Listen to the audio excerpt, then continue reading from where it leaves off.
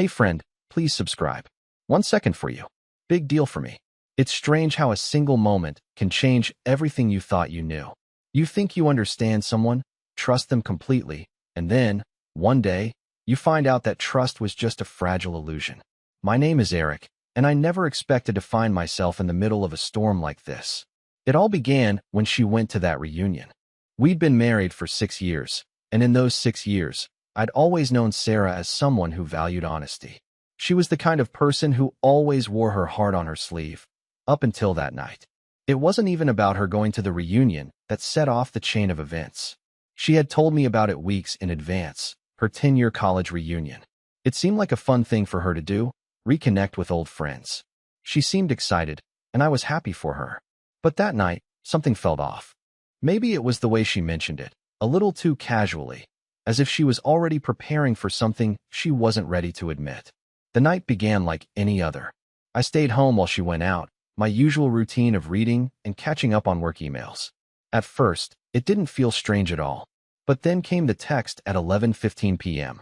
Hey, I just got in my car, but I forgot something inside. I'll be right back. I didn't think anything of it at the time. Sarah was always forgetful, so this didn't seem out of the ordinary. I told myself it was just her usual way of keeping me updated. But when the minutes stretched into an hour and she still hadn't come back, I started to feel a quiet sense of discomfort. I called her, straight to voicemail. I sent a text. Nothing. This wasn't like Sarah. We had been married long enough for me to recognize when something wasn't right, even if I couldn't put my finger on it. Another hour passed, and I was starting to think maybe she had just gotten caught up with her friends, maybe even lost track of time.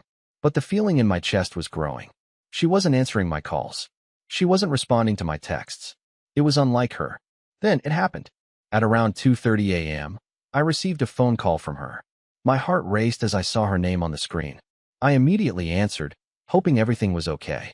But the moment I heard her voice, my stomach dropped. Eric.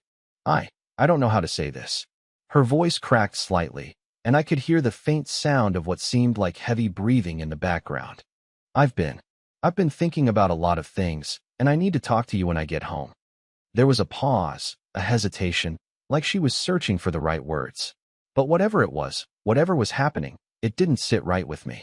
The tone in her voice was different, distant, guarded. It was a stark contrast to the warmth I was used to hearing from her. Are you okay? I asked, trying to sound calm, trying not to reveal how anxious I felt. I'm fine, she replied quickly, too quickly. I'll be home in a bit. I need a little space to think. Space? I echoed, my mind racing. Is everything all right? There was a pause on the other end of the line before she said, Yeah. I'll explain when I get home. She hung up before I could say anything else. I sat there, phone in hand, my thoughts a tangled mess. What was she hiding? Why did she sound so strange? Why was she so quick to avoid the conversation? And most importantly, why did she need space, all of a sudden? I didn't have answers, but the gut feeling told me this wasn't a simple case of losing track of time at a reunion. When she finally came home around 4 a.m., I was already awake. She walked in quietly, almost as if she didn't want to make a sound. But it was the look in her eyes that made my heart skip a beat. Something was off. She was visibly shaken, trying to act normal, but it was clear she wasn't. Hey, I said, my voice trembling slightly. We need to talk. Sarah nodded, but didn't make eye contact. She hung her coat on the hook by the door, moving mechanically, like she was going through the motions of a routine. But this wasn't routine. Not anymore. I'm tired, Eric. It's been a long night, she said, her voice flat, devoid of the usual spark I was used to hearing. I took a deep breath, trying to steady myself. I'm not asking you about the reunion, Sarah. I'm asking you about tonight. You've been acting strange. The phone call, the way you're acting now, it's not like you. She avoided my gaze. I just needed some time to think, that's all. Think about what? I pressed, my patience wearing thin. About us, she whispered, almost too quietly for me to hear. About what's next for me, for us. The tension between us was unbearable, and I could feel a knot in my stomach tightening by the second. But before I could respond, she abruptly turned and walked to the kitchen. I followed her, heart pounding, but I wasn't ready for what came next. She stopped by the counter, her hand frozen as she reached into her purse. She wasn't looking at me, but her fingers were trembling slightly as she rummaged through it. That's when I saw it. A small folded piece of paper slipped out of her purse and onto the counter. She froze. I didn't move, but I could feel my heartbeat hammering in my chest. For a brief moment, she didn't even acknowledge the paper. Then, with a shaky breath, she slowly picked it up, unfolding it with great care. Her eyes widened as she read what was written inside. But that wasn't what shook me. In her other hand, tucked under the crumpled note, was my wedding ring.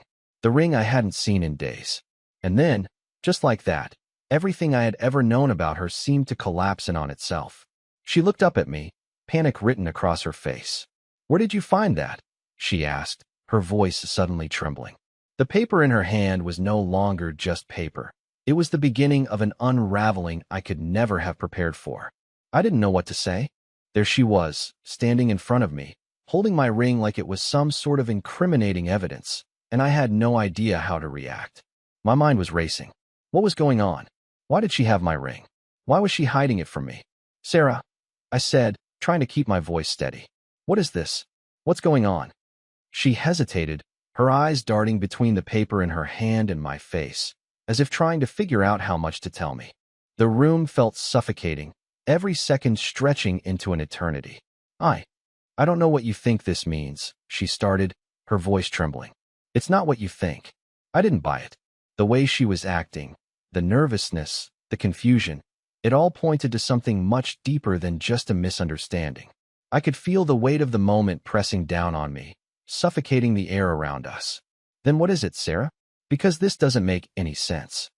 She opened her mouth to speak, but no words came out.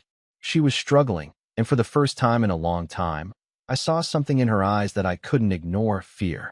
Fear of being caught. Fear of losing control. It was the fear of a lie unraveling. Finally, she sighed and dropped her shoulders in defeat. "Okay, you deserve to know the truth." I didn't know how to say it. I didn't know how to explain. I took a step closer, my heart pounding. "Explain what, Sarah?" Her voice was barely above a whisper. "I've been seeing someone else." I felt like the ground had been ripped out from under me. "What?" The word came out like a gasp, more of a breath than a question. I couldn't believe it. My mind couldn't process what she was saying. Sarah, my wife, had been seeing someone else. It didn't make sense. She started to cry, her shoulders shaking. "I'm sorry. I never meant for this to happen. I didn't plan for any of it. It just happened." I stood there, frozen. I couldn't move, couldn't think. I'd spent the last 6 years with her, building a life, trusting her, and now everything felt like a lie. Who is it?" I finally managed to ask, though I wasn't sure I even wanted to know. Her eyes flickered to the paper she was still holding, and for a moment, I thought she might say his name. But instead, she just shook her head. "It doesn't matter. What matters is that I messed up. I've been hiding this from you for so long, and I hate myself for it." I felt a wave of nausea rise in my stomach. She'd been hiding this from me for weeks, maybe longer. I couldn't even imagine what she'd been doing behind my back, what lies she had told. My hands were trembling as I reached for the paper in her hand. When I unfolded it, I saw the familiar handwriting. It was his handwriting. Greg's. The name sent a chill through me. I knew that name. She'd talked about him before. The one she said she could never forget. The one she always brushed off as nothing important. But it wasn't nothing. This was more than just a fling. This was something real. "I didn't want to hurt you," she said, her voice cracking. "But I've been so confused. He's been there for me in ways you haven't, and I didn't know what to do. I didn't know how to stop." I couldn't believe what I was hearing. "You've been seeing him behind my back, and you didn't think I'd find out?" She didn't answer. Instead, she collapsed into a chair, burying her face in her hands. "I'm sorry. I never meant for it to get this far. I don't know how to fix this." I felt like I was suffocating. My chest tightened, and I could barely breathe. Everything about our life, everything I thought I knew about Sarah, was crumbling in front of me. She wasn't the person I thought she was. The woman I had married was a stranger now. I looked at the ring she had hidden, the symbol of our vows, the thing that had bound us together for so long. And now, it felt like a mockery. I didn't know what to do, how to process this betrayal. For a long moment, there was only silence between us. The weight of her confession hung in the air like a thick fog, suffocating the space. I wanted to scream, to yell, to make her feel the pain I was feeling. But I didn't. I just stood there, staring at the ring in her hand. Then, she finally spoke again, her voice quieter now. I don't expect you to forgive me. I don't even know if I can forgive myself. I wanted to say something, but my words caught in my throat. I didn't know what I was supposed to say. How do you fix something like this? How do you fix a broken trust that's been shattered into 1,000 pieces? I looked at her one last time. You should go, I said, my voice cold, distant. I need some time to think. She nodded, tears still streaming down her face, and without another word, she left. The door closed softly behind her, and I was left standing there, alone, with nothing but the sound of my own heartbeat in my ears. Everything had changed, and I wasn't sure if I could ever go back to the way things were. The silence in the house was deafening after Sarah left. I stood there, staring at the door, feeling like I had just stepped out of a dream. A nightmare, really. Her words were still echoing in my mind, like a cold, cruel chant. I've been seeing someone else. I've been hiding it from you for so long. It felt unreal. I couldn't wrap my head around it. I kept replaying everything in my mind, trying to make sense of it. How had I not seen the signs? How had I missed the subtle shifts, the little changes? She was my wife. I trusted her with everything. And yet, she had betrayed that trust. The ring, the paper. It was all there, hidden in her purse, like some twisted reminder that everything I knew was a lie. I sat down on the couch, my hands shaking as I stared at the paper she'd left behind. The note was short, just a few lines of scrawled handwriting, but it spoke volumes. It was clear, unmistakable. The note wasn't just a letter, it was a message. A message from him. From Greg. I can't wait to see you again. I miss you so much. The words burned in my chest. It wasn't just a fling. This wasn't some passing affair. She had been seeing him for weeks, maybe months. And now, she was telling me everything had gotten too far? That was all she had to say for herself? She was sorry?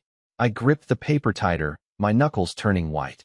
The anger, the betrayal, it was like a fire in my chest, spreading faster and faster. How could she have done this? How could she have stood in front of me for all these years, looking me in the eye, and lied to me like this? I thought about calling her, demanding answers. But deep down, I knew it wouldn't change anything. It wasn't about what she said anymore. It was about what had already happened. The trust between us had been broken. There was no going back from this. I stood up abruptly, walking to the kitchen to get some water. I needed to clear my head, but nothing seemed to help. I kept thinking about the reunion, about how excited she had been to go, how she had talked about reconnecting with old friends.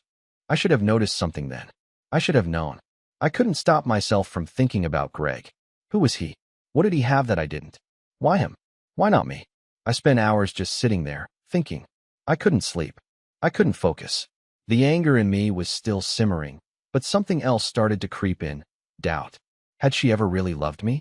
Was everything just a facade? Was I just a placeholder for someone else? I thought about the first time we met, about all the good times we'd had together. Had it all been a lie? How could she have hidden this from me for so long? Eventually, I knew what I had to do. I had to see him. Greg. I wasn't sure how, or even where to start, but I needed answers. I needed to understand how this happened, how my life had been flipped upside down in the span of a few hours. I couldn't live with the questions swirling in my mind. I had to confront the truth. I grabbed my coat and left the house. As I walked down the street, I felt a strange sense of purpose. This wasn't just about Sarah anymore. It was about finding the answers. About finally getting the closure I needed. I didn't know what I was going to find, but I knew I couldn't stop until I did. I didn't know where to find Greg. I didn't even know where to start looking. But I couldn't sit around any longer, drowning in questions. The more I thought about it, the more my mind raced. What did Sarah see in him? What kind of person was he? Was I just a fool this whole time? The first place I thought to check was the bar where Sarah and her friends had been hanging out that night. It was a popular spot for college reunions, filled with old memories and too much nostalgia. As soon as I walked in, the loud chatter of the crowd hit me, making my pulse quicken. I scanned the room, trying to spot Sarah, trying to spot him, Greg. But there was no sign of either of them. I was about to turn around and leave when I spotted her, Sarah. She was sitting in a corner booth, her back to me, talking to a man I didn't recognize. My stomach twisted when I saw the way she was leaning toward him, the laughter in her voice too familiar, too intimate. Something about that moment felt like a punch to the gut. I froze for a second, watching them, trying to make sense of what was happening. Sarah's hand was resting on the table near his, and they were sharing a joke, clearly more than just friendly. She didn't even notice me standing there.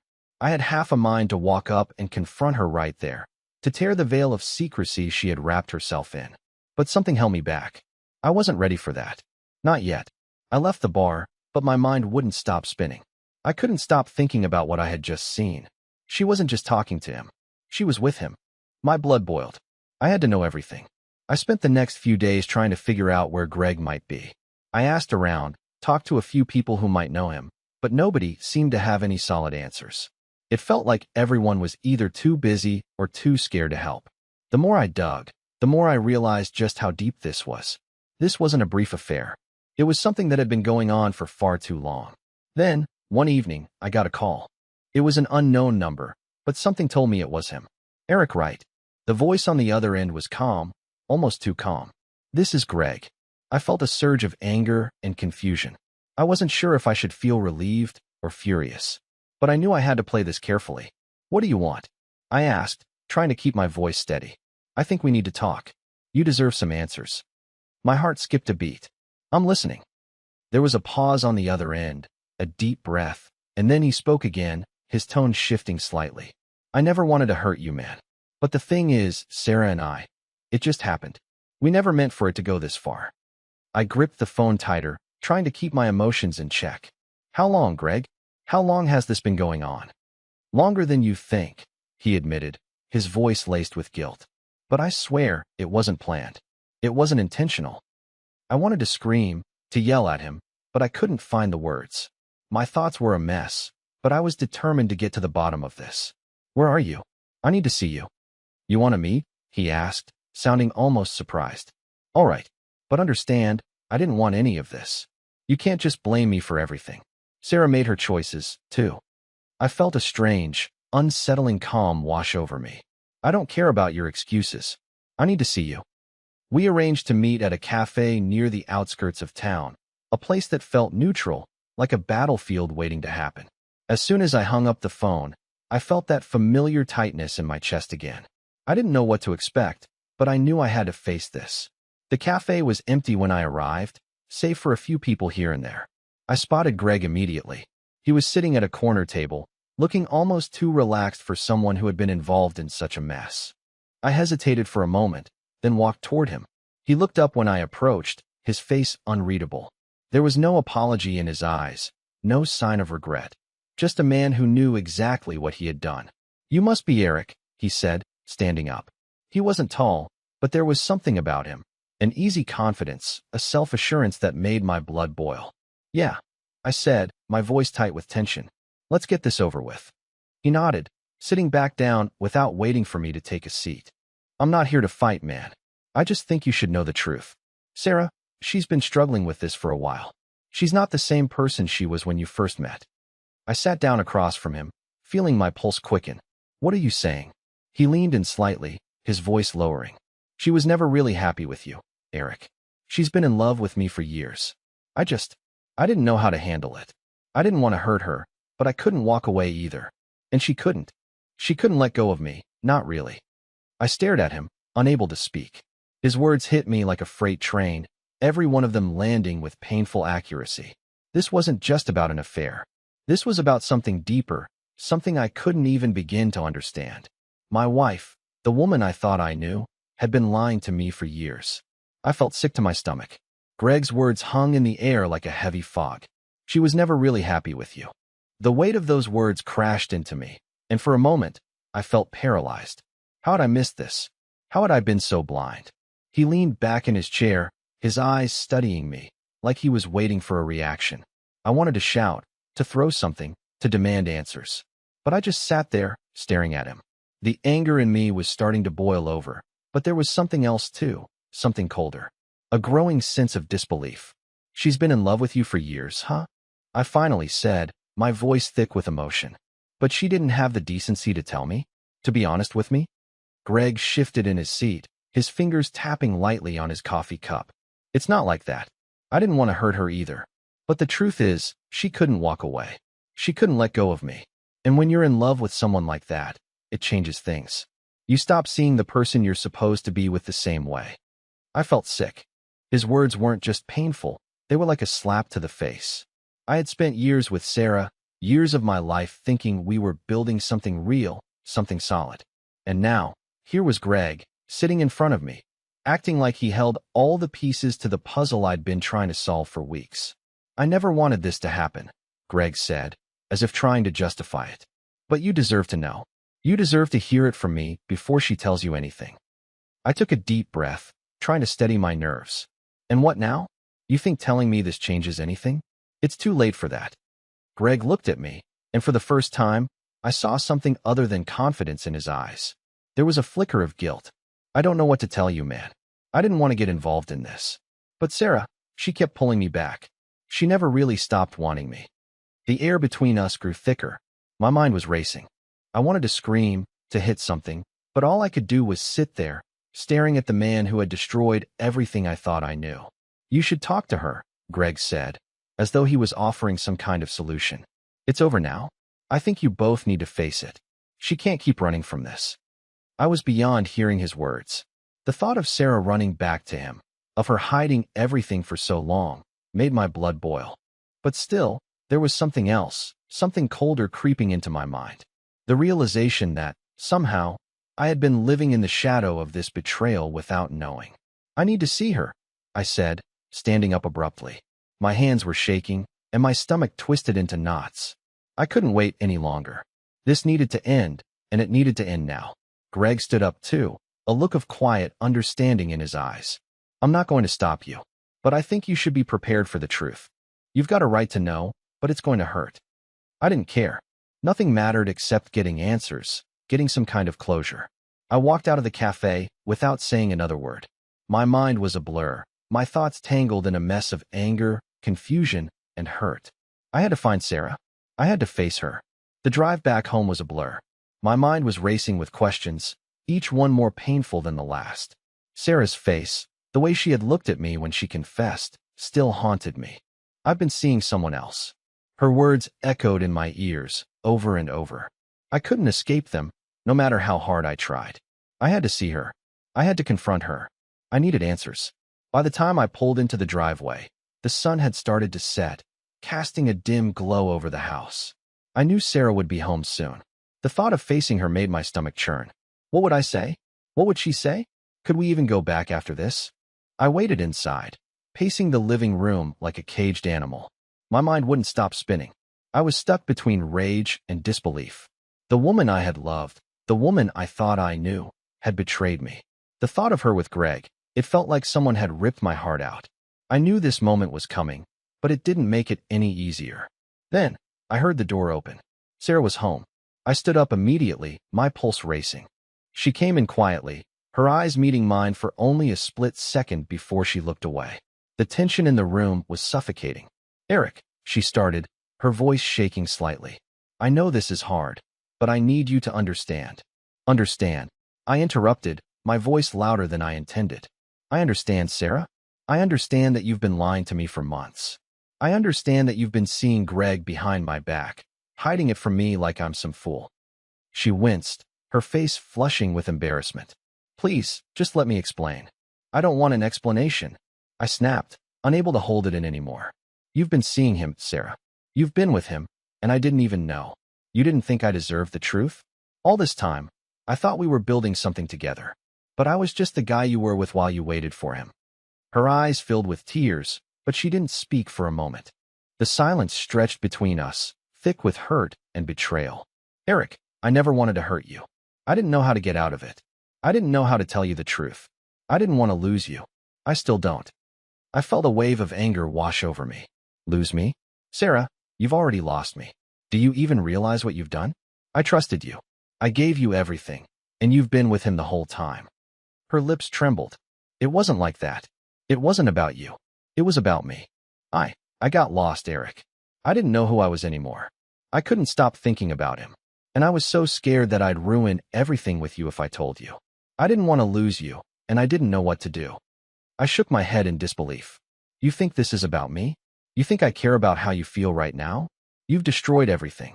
Everything we built, every moment we shared. It's all a lie. How do you expect me to ever trust you again? She stepped closer, her voice barely a whisper. I love you, Eric. I do. But I was confused. I didn't know how to deal with it. I never wanted to hurt you. Please, don't walk away from me. I took a step back, the words she said piercing me like 1,000 needles. I could feel my heart breaking, but at the same time, something inside me snapped. Love? Is that what this is, Sarah? Is this what love is? Lying, hiding things, sneaking around behind my back? She reached for me, but I stepped away. Don't touch me, I said, my voice cold. I don't know who you are anymore. Her eyes filled with tears, and she lowered her hand. Please, Eric, I don't know how to fix this. I don't know if I can. I could feel the weight of her words, but I couldn't bring myself to forgive her. Not yet.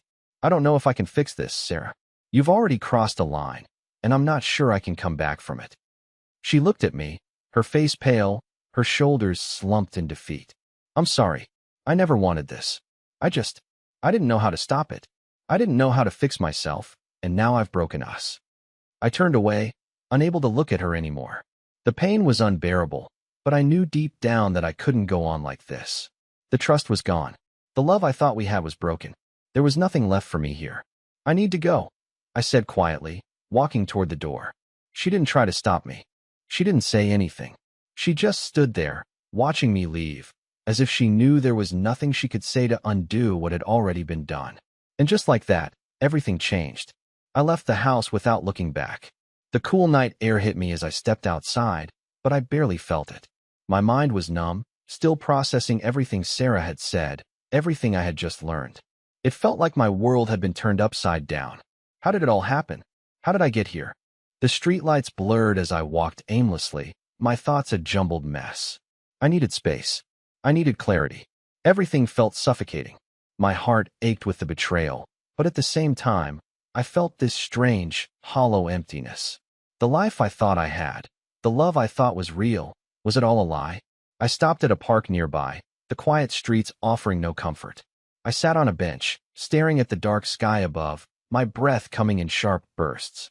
I couldn't stop replaying her words in my head. I never wanted to hurt you. I was confused. But that wasn't enough. She'd had an affair, hidden it from me, and now she wanted forgiveness? How could I even consider it? I thought back to the moment Greg had called me, his calm voice telling me things I didn't want to hear. He had tried to justify it, but in the end, it was clear he didn't care. Sarah had been the one who sought him out, who kept going back. I was just the one who was left in the dark, kept in the background while she lived this secret life. Minutes stretched into hours as I sat there, trying to make sense of the whirlwind that had torn through my life. I knew I couldn't stay in the same house as Sarah. Not right now. It was too raw, too painful. I stood up, pulling my phone from my pocket. I didn't know what I expected to find, but I called a friend, someone I hadn't talked to in years. Dave. He'd always been the one who had a clear head when things were messy. Hey, Eric. It's been a while. His voice was warm, but there was an edge of concern. I must have sounded off. I need a place to stay, man, I said, my voice barely above a whisper. There was silence on the other end for a moment. Yeah, of course. What's going on? I told him everything. The betrayal, the lies, the gut-wrenching conversation with Sarah. The more I spoke, the more I realized how much I needed to get out. I couldn't stay in that house any longer. I'll be there in an hour, Dave said, his voice firm. I hung up and walked away from the park, not knowing what the future would look like. I didn't know if Sarah and I could ever fix this. Maybe we could. Maybe we couldn't. But right now, I had to focus on taking care of myself. The next few days were a blur. I stayed at Dave's place, away from the house, away from Sarah. The silence in my mind was strange at first, but it gave me space to think, to breathe, to heal. I didn't want to focus on the anger anymore, didn't want to dwell on the betrayal. I had spent so much time feeling hurt, lost in the past. It was time to look forward. But I knew I couldn't just walk away without facing what had happened. I had to make a decision, not just about Sarah, but about my own future. After a few days, I decided it was time to go back to the house. It felt strange, walking back in. It wasn't the same place anymore. The memories of us, the laughter, the quiet moments, they were all tainted now. I stood in the doorway for a long moment, taking in the familiar surroundings, before walking inside. Sarah was there, sitting in the living room, her eyes red and puffy from crying. She didn't look up when I entered, but I could feel her eyes following me as I made my way to the kitchen. I had no idea what to say to her, no idea how to explain what I was feeling. "Eric," she whispered, standing up slowly. I didn't mean for any of this to happen. I didn't respond. I just walked past her, opening the drawer where I kept my things. There, under the pile of old papers, was my wedding ring, the ring she had hidden from me. I picked it up, holding it in my hands for a long moment before looking at her. "You didn't mean for it to happen?" I repeated, my voice quiet. "You didn't mean to betray me, to lie to me, to keep this secret for so long?" She took a shaky step forward. "I was confused, Eric. I wasn't happy, and I didn't know how to fix it."